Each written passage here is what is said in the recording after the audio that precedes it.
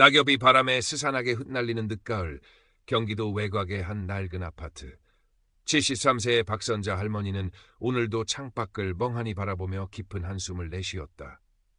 10여 년 전 남편과 사별하고 자식들은 모두 제 살 길 찾아 떠난 뒤 이 넓은 집에 홀로 남겨진 지 오래였다. 반복되는 무료한 일상과 사무치는 외로움. 그나마 일주일에 한두 번 노인복지관에 나가 또래들과 이야기를 나누거나 손주들 재롱 보는 낙으로 하루하루를 버티고 있었다. 얼마 전부터는 복지관에서 스마트폰 활용 교육을 받으며 새로운 세상에 눈을 뜨기 시작했다. 서툴지만 작은 화면 속에서 펼쳐지는 다채로운 이야기가 신기하고 재미있었다. 그날도 여느 때처럼 복지관에서 돌아와 소파에 앉아 스마트폰을 만지작거리던 박선자 할머니는 낯선 이름으로부터 온 페이스북 친구 요청 메시지를 발견했다. 강민준. 프로필 사진 속 남자는 50대 후반쯤으로 보이는 지적이고 자상한 인상의 중년 신사였다. 자신을 해외 건설 현장에 파견된 건축가라고 소개한 그의 첫 메시지는 깍듯하고 정중했다. 박선자 할머니는 잠시 망설였다. 생판 모르는 사람과 온라인에서 친구를 맺는다는 것이 어색하고 두렵기도 했지만 한편으로는 누군가와 대화를 나누고 싶다는 외로운 마음이 더 컸다. 떨리는 손으로 수락 버튼을 눌렀다. 그것이 그녀의 삶을 송두리째 흔들어 놓을 거대한 폭풍의 시작이었음을 그때는 미처 알지 못했다. 강민준이라는 남자는 박선자 할머니의 일상에 잔잔한 파문처럼 스며들었다. 그는 매일 아침 저녁으로 다정한 안부 인사를 건넸고 아름다운 풍경 사진과 함께 감명 깊은 시 구절이나 잔잔한 클래식 음악을 보내왔다. 자신도 오래전 아내와 사별했으며 현재는 해외에서 홀로 외롭게 프로젝트를 진행 중이라고 했다. 박선자 할머니는 그와 비슷한 처지라는 생각에 쉽게 마음을 열었다. 그의 세심함과 따뜻한 말 한마디는 메마른 사막의 단비처럼 그녀의 외로운 마음을 촉촉이 적셔주었다. 스마트폰 화면 속에서 오가는 대화는 잊고 지냈던 설렘과 삶의 작은 활력을 안겨주었다. 박선자 할머니는 강민준과의 대화를 유일한 낙으로 여기며 그에게 깊이 의지하기 시작했다. 그는 어느새 박선자 할머니의 비밀을 공유하는 특별한 친구이자 정신적인 연인이 되어가고 있었다. 몇 주가 흘렀을까? 여느 때처럼 다정한 대화를 나누던 중 강민준은 조심스럽게 자신의 어려운 사정을 털어놓았다. 해외 건설 현장에서 갑작스러운 자재 도난 사고가 발생해 급하게 자금이 필요하다는 것이었다. 박선자 씨에게 이런 부탁을 드리게 되어 정말 면목이 없습니다. 하지만 정말 일시적인 문제일 뿐입니다. 이번 일만 잘 해결되면 바로 한국으로 돌아갈 계획입니다. 그때까지만이라도 저를 믿고 잠시 도움을 주실 수 없을까요? 은혜는 평생 잊지 않겠습니다. 그의 간절한 목소리에는 절박함이 묻어 있었다. 박선자 할머니는 당황했다. 평생 남에게 아쉬운 소리 한 번 안 하고 억척같이 살아온 그녀였다. 하지만 화면 너머로 전해지는 그의 고뇌와 그동안 쌓인 정 때문에 쉽사리 거절할 수가 없었다. 며칠 밤낮을 고민하던 박선자 할머니는 결국 자식들 몰래 남편이 남겨준 비상금 일부를 그의 계좌로 송금했다. 이것으로 부디 어려운 일이 잘 해결되길 바랍니다. 떨리는 손으로 메시지를 보내자 곧바로 정말 감사합니다, 박선자 씨. 당신은 제 생명의 은인입니다. 라는 답장이 돌아왔다. 박선자 할머니는 그제야 조금 마음이 놓이는 듯했다. 하지만 그것은 시작에 불과했다. 강민준의 금전 요구는 그 후로도 다양한 명목으로 이어졌다. 현지 직원들 월급이 밀려서 큰일입니다. 어머니가 갑자기 위독하셔서 급하게 병원비가 필요합니다. 드디어 한국으로 돌아갈 준비를 하고 있는데 비행기 표와 체류비가 조금 부족합니다. 그의 요구는 점점 더 대담해졌고 액수도 눈덩이처럼 불어났다. 그때마다 그는 박선자 할머니의 감정에 호소했다. 이 문제들만 해결되면 모든 것을 정리하고 한국으로 돌아가 박선자 씨와 함께 조용히 여생을 보내고 싶습니다. 그때까지 조금만 더 저를 믿고 기다려 주십시오. 박선자 할머니는 이미 바닥을 드러낸 통장을 보며 깊은 한숨을 내쉬었지만 그의 말을 철석같이 믿었다. 그와의 행복한 미래를 상상하며 얼마 남지 않은 생활비까지 쪼개 그의 요구에 응했다. 주변 사람들의 걱정 어린 시선도 노인복지관 친구들의 만류도 그녀의 귀에는 들리지 않았다. 그 사람은 그런 사람이 아니에요.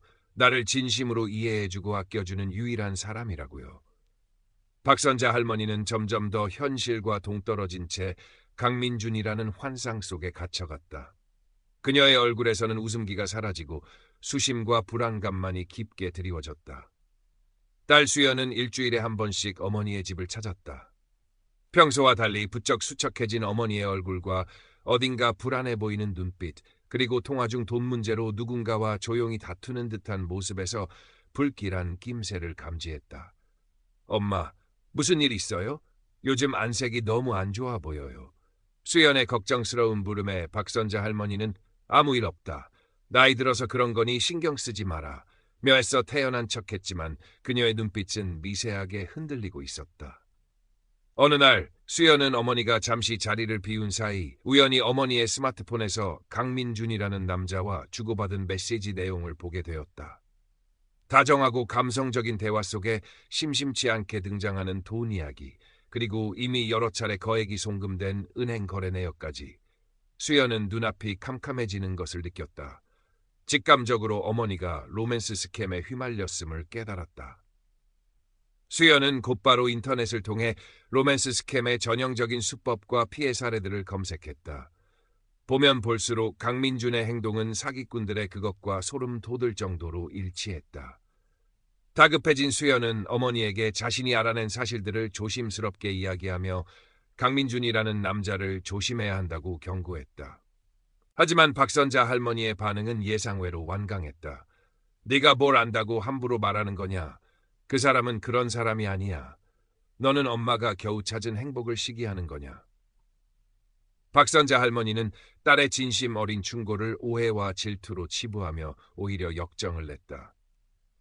모녀 사이에는 전에 없던 깊은 갈등의 골이 파이기 시작했다.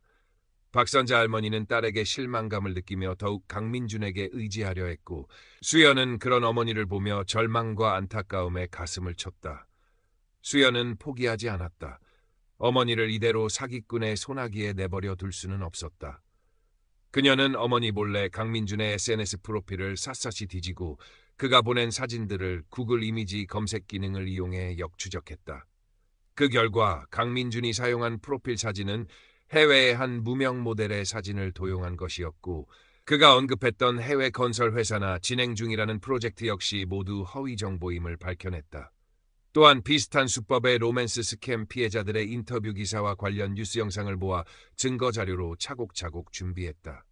이 모든 것을 어머니에게 보여주고 설득할 만을 기다리며 수연은 밤잠을 설쳤다. 한편 박선자 할머니는 딸과의 갈등으로 인해 더욱 심리적으로 위축되었다. 그녀에게 강민준은 세상에서 유일하게 자신을 이해해주고 지지해주는 존재였다. 그에 대한 믿음은 이미 맹목적인 수준에 이르렀고 그의 말이라면 무엇이든 의심 없이 받아들였다. 그러던 어느 날 강민준은 박선자 할머니에게 그 어느 때보다 다급하고 절박한 목소리로 연락해왔다. 박선자 씨, 정말 큰일 났습니다. 제가 한국에서의 마지막 투자 기회를 잡았는데 자금이 아주 조금 부족합니다. 이번 일만 성공하면 그동안 빌린 돈의 몇 배를 갚고 당장이라도 당신 곁으로 돌아가 평생 행복하게 해드릴 수 있습니다. 마지막으로 한 번만 더 저를 믿고 아파트 담보대출이라도 받아서 도와주실 수 없을까요? 박선자 할머니는 그의 말에 하늘이 무너지는 듯한 충격을 받았다. 평생을 바쳐 남편과 함께 일궈온 이제는 유일한 안식처이자 전부인 집까지 담보로 잡히라는 말인가. 아무리 강민준을 믿는다지만 선뜻 내키지 않았다. 그녀의 마음속에서는 마지막 남은 이성과 그에 대한 맹목적인 믿음이 처절하게 충돌했다. 며칠을 뜬 눈으로 밤을 새우며 고민하던 박선자 할머니는 결국 마지막 지푸라기라도 잡는 심정으로 딸 수연에게 전화를 걸었다. 수연아, 엄마가 정말 큰 고민이 있는데. 수연은 어머니의 떨리는 목소리에서 심상치 않은 일이 벌어졌음을 직감했다. 한달음에 달려온 수연에게 박선자 할머니는 그동안 강민준과 있었던 모든 일과 그의 마지막 요구까지 힘겹게 털어놓았다. 모든 이야기를 들은 수연은 안타까움과 분노로 눈물을 흘리면서도 단호하게 어머니를 설득하기 시작했다. 그녀는 그동안 모아온 결정적인 증거들, 강민준의 도용된 프로필 사진, 가짜 회사 정보, 대포 통장으로 의심되는 계좌 내역, 그리고 다른 로맨스 스캠 피해자들의 생생한 증언이 담긴 영상까지 을 하나하나 박선자 할머니 앞에 펼쳐 보였다. 엄마, 제발 현실을 보세요. 이 사람은 엄마를 사랑하는 게 아니라 엄마의 돈을 노리는 사기꾼이에요. 엄마가 평생 모은 돈, 그리고 이제는 아빠와의 추억이 담긴 이 집까지 빼앗으려는 악마라고요. 수연의 절규에 가까운 외침과 눈앞에 펼쳐진 냉정한 증거들 앞에서 박선자 할머니는 마침내 자신이 얼마나 어리석었는지를 깨달았다. 자신이 믿었던 모든 것이 거짓이었음을, 사랑과 위로를 갈구했던 순수한 마음이 철저히 이용당했음을 처절하게 인정할 수밖에 없다. 평생 지켜온 자존심, 사람에 대한 믿음, 그리고 돌이킬 수 없는 경제적 손실에 대한 절망감과 배신감에 휩싸여 박선자 할머니는 어린아이처럼 목 놓아 울었다. 내가 어쩌자고 이런 바보 같은 짓을, 여보, 나 어떡하면 좋아.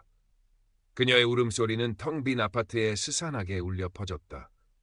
극심한 충격과 슬픔 속에서 박선자 할머니는 며칠을 알아누웠다. 밥도 제대로 넘기지 못하고 멍하니 허공만 바라보는 어머니를 보며 수연의 마음도 찢어질 듯 아팠다. 하지만 이대로 주저앉아 있을 수만은 없었다. 수연은 어머니를 다독이며 함께 경찰서를 찾았다.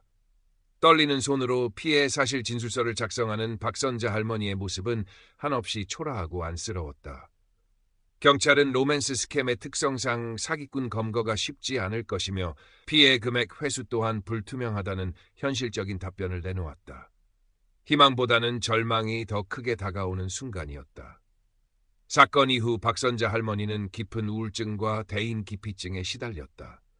평생 누구보다 강인하다고 생각했던 자신이 한순간에 어리석은 사기 피해자가 되었다는 사실에 대한 수치심과 자책감은 그녀를 더욱 깊은 어둠 속으로 몰아넣었다.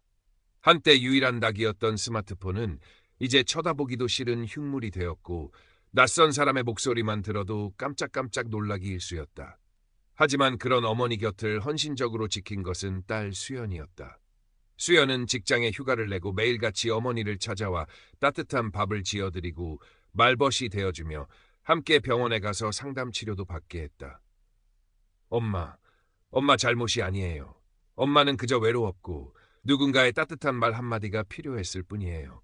나쁜 건 엄마의 그런 마음을 이용한 그 사기꾼 놈이지 절대로 엄마가 아니에요. 수연의 진심 어린 위로와 격려는 꽁꽁 얼어붙었던 박선자 할머니의 마음을 아주 조금씩 녹이기 시작했다. 시간이 약이라는 말처럼 박선자 할머니는 더디지만 천천히 일상을 회복해갔다. 수연의 권유로 노인복지관의 심리상담 프로그램에 참여하며 자신과 비슷한 아픔을 가진 사람들과 이야기를 나누기도 하고 잊고 지냈던 소소한 취미 활동도 다시 시작했다. 물론 강민준이라는 이름 석자와 그에게 당했던 악몽 같은 기억은 평생 지워지지 않을 상처로 남겠지만 더 이상 그 상처에 갇혀 살지는 않기로 다짐했다. 몇 달이 흐른 어느 날 박선자 할머니는 노인복지관에서 열린 디지털 금융사기 예방 교육에 참석했다. 강사의 설명을 들으며 자신의 경험을 떠올리던 그녀는 문득 용기를 내어 자리에서 일어섰다. 그리고 떨리는 목소리지만 차분하게 자신의 아픈 경험을 다른 노인들 앞에서 진솔하게 이야기하기 시작했다. 제가 얼마 전에 아주 무서운 일을 겪었습니다. 인터넷에서 만난 사람에게 전 재산을 다 빼앗길 뻔했습니다. 그녀의 고백에 강당은 순간 숙연해졌다. 박선자 할머니는 눈시울을 붉히면서도 자신이 어떻게 사기를 당했는지, 얼마나 고통스러웠는지, 그리고 어떻게 그 상황을 극복해 나가고 있는지를 담담하게 이야기했다. 여러분, 누구든 달콤한 말로 다가와 돈을 요구하면 그건 사랑이 아니라 사기입니다. 저처럼 외롭고 허전한 마음을 가진 사람들을 노리는 나쁜 사람들이 너무나 많습니다. 부디 조심하시고 조금이라도 이상하다 싶으면 반드시 주변 사람들에게 알리고 도움을 청하십시오. 저처럼 바보같이 당하는 사람이 더는 없었으면 좋겠습니다. 부끄럽지만 이렇게 이야기해야 또 다른 피해를 막을 수 있을 것 같아서 용기를 냈습니다. 그녀의 진솔한 고백은 강당을 가득 메운 노인들의 마음에 깊은 울림을 주었다. 여기저기서 박수를 보내는 사람도 있었고 함께 눈물을 훔치는 사람도 있었다. 박선자 할머니는 그들의 눈빛에서 공감과 위로를 발견하며 비로소 마음속 깊이 응어리졌던 무언가가 조금은 풀리는 것을 느꼈다. 강연이 끝나고 딸 수연이 다가와 어머니의 손을 꼭 잡아주었다. 엄마, 정말 잘하셨어요. 엄마는 정말 용감하세요. 수연의 말에 박선자 할머니는 오랜만에 환한 미소를 지어 보였다. 창밖은 어느새 차가운 겨울바람이 잦아들고 따스한 봄 기운이 조금씩 느껴지는 듯했다. 모녀는 나란히 팔짱을 끼고 천천히 집으로 향했다. 박선자 할머니의 가방 깊숙한 곳에 넣어둔 스마트폰에선 더 이상 낯선 이의 메시지 알림이 울리지 않는 평온한 저녁이었다. 그녀의 마음속에도 아주 작은 희망의 새싹이 다시 돋아나고 있었다.